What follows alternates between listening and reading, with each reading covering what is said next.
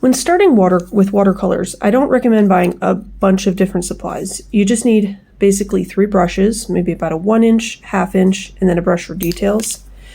You can use these are applesauce containers. You need 2 containers for water, one for washing the brush and the other for picking up clean water. One color, burnt sienna is a good one to start with. This should work. You can learn to work with a range of values. And then any kind of palette works. You can even use the top of a plastic lid of a container or something. You don't have to get you don't have to buy a fancy palette. So I'm going to start by looking at, this is some work I did a long time ago, maybe when I was a teenager, 2008 or something. And you can see I was playing took a subject, bunnies, silhouette. I was experimenting with, painting around the figure. I did this one has pen. I did some pencil sketches. I tried to create a nice silhouette and some details and shading. Another one, this looks like, I'm not entirely sure when this was from, but this was a long time ago. I would sketch characters. It looks like I was doodling in pen. And then I just used some bright colors to fill in some shapes, just make some nice colors. More recently, well, maybe 10 years ago, here's a sketch from life, a water pencil, and then watercolor wash on top of it. Very light, very quick sketch I did on location. And here's another one I did around the same time. This was a pen drawing, and then I added watercolor washes on top.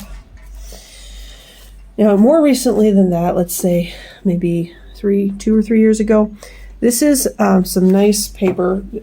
This is the brand. I don't know how to pronounce it, but I really love this brand of paper. This is cold pressed paper, and this is a study I did from a photo. And then here's some mixed media paper. This is a quick study I did from life. You can see I didn't use any pencil or pen, just blocking in shapes to show a form. These are some studies I did for a project.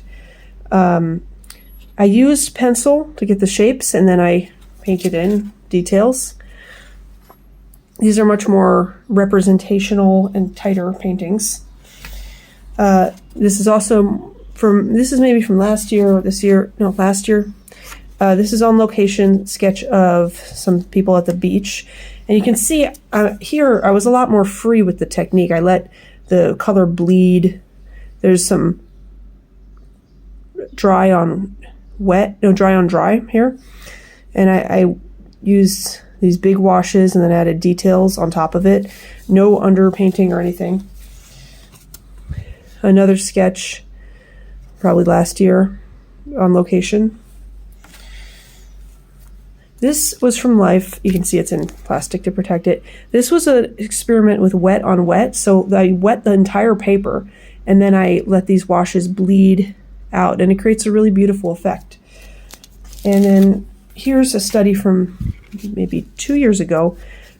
This one, I was trying to understand how to paint a mouse, and you can see I used a lot of small detailed strokes on top of bigger washes. I even used a little bit of white gouache here.